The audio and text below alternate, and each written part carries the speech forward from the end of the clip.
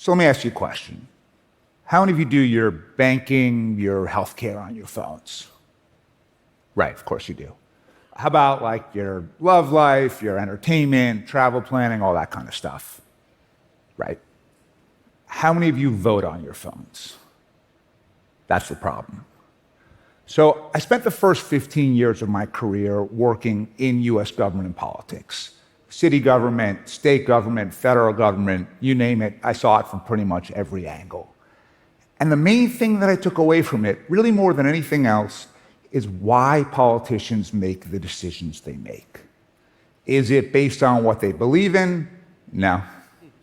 Is it what's best for their city or their state or their country? Not really. How about what's best for their constituents specifically? Not even that. It's actually a lot simpler. Virtually every politician makes every decision solely based on winning the next election and nothing else.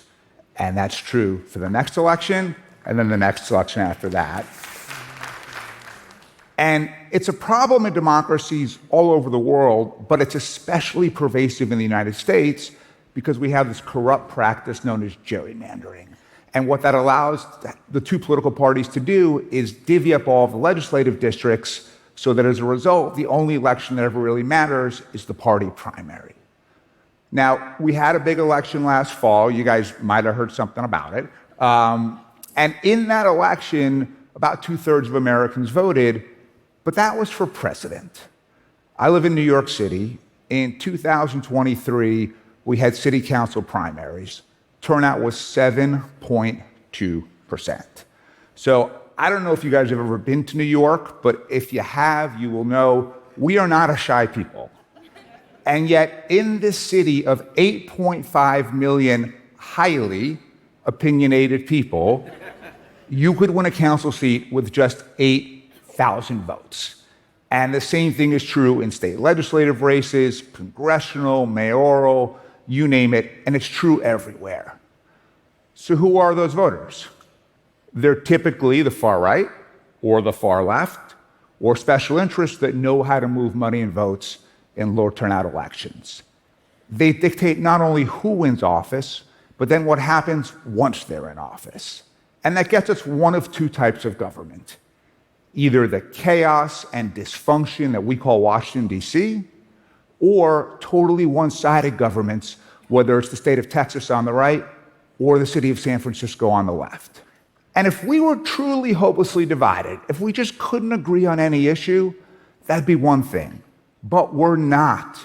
Most people agree on the solutions to most issues, whether it's education or healthcare or climate or taxes, or let's take guns as an example. The vast majority of Americans would say that we should neither confiscate everyone's guns, but nor should it be easy to walk into a store and walk out with an assault rifle. But the problem is, those Americans, the people in the center, the people in the middle, they don't vote in primaries. So politicians ignore their views and cater only to the extremes. And when the next school shooting happens, and it will happen, all of us are going to bang our heads against the wall and say, why can't our politicians just do the right thing for once? Why? I'll tell you why.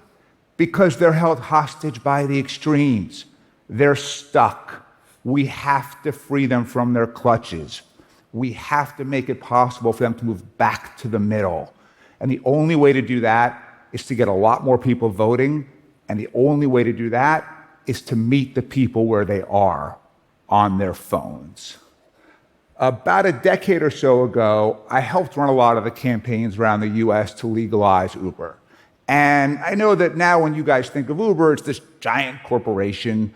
But back then, we were a tiny little tech startup, and taxi was this big, politically powerful industry who really didn't like us.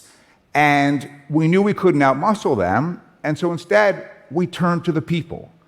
And by making it possible for our customers to tell their elected officials, hey, I like this Uber thing, please leave it alone, we were able to mobilize millions of people through the app to advocate on our behalf.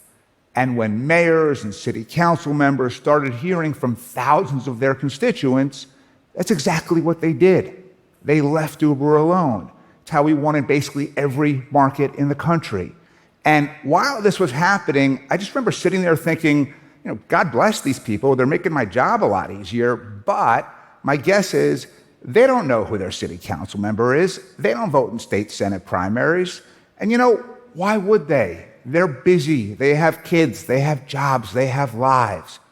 But when we made it really easy, when we let people reach their politicians directly from their phones, everything changed. So what if we could vote this way? So in 2017, we created the Mobile Voting Project, and the first thing we did was work with election officials in 7 states, red and blue, where either deployed military or people with disabilities were able to vote in real elections on their phones. Soldiers from West Virginia stationed in Afghanistan, people who were blind in Denver. In one election in Seattle, we let everyone participate, and after doing it for 2 years in a row, turnout tripled. Denver did a poll of those who participated in their election, and 100%, so every single respondent, said, yeah, I like pressing a button better than having to go somewhere. Shocking, right? In other big news, water is wet and ice cream tastes good. But that was for specific groups of voters, and we wanted everyone to be able to vote securely on their phones. So 4 years ago, we started building our own mobile voting technology. We're almost done. We're going to finish it this summer. And when we do, it's going to be free and open source to any government in the world that wants to use it. And to be clear, this is just an additional way to vote. If you like voting by mail, vote by mail. If you like voting in person, great, do that. Some people really like the ceremony that comes with going somewhere and waiting in line and all of that. And if that happens to be you, knock yourself out. But based on turnout, that's not most of you. So let's give people another option. So, as I mentioned before, and you can probably tell from my accent, I'm from New York, so I'm going to use that as the example for how it works. I go on the App Store, and I download the New York City Board of Elections app. And the first thing they do is say, okay, is Bradley really a registered voter here in New York City? I put in my address, fine. Next thing is multi-factor authentication. So you know how when you forget your Google password, they send you a code and you put it back into the app? Same thing here. Then we take a scan of your face, match that up against your government ID, and at this point we've fully established, okay, Bradley is really Bradley. Ballot pops up on my screen, and the ballot itself is simple and easy to use, and I go through it, I take my time, no rush. Whenever I'm ready, I hit submit, and when I hit submit, 3 things happen. First, my ballot is encrypted. Second, it's anonymized. Third, I get a tracking code, like if it were a FedEx package, so I can track the progress of my ballot all the way through the process. Then it goes back to the New York City Board of Elections, and they air gap it, which means they take it offline. And once my ballot is no longer connected to the internet, then they decrypt it, a paper copy is printed out, that gets mixed in with all of the other ballots. I know where my ballot stands because I can see from the tracking code that it was received, tabulated, printed, and so on. And the underlying code itself is open source, which means that anyone can audit it, anyone can verify it, it's totally transparent. To me, that's a lot more secure than the way we vote right now. And we've already built it, we've already paid for it, and we're giving it away to anyone who wants to use it for free.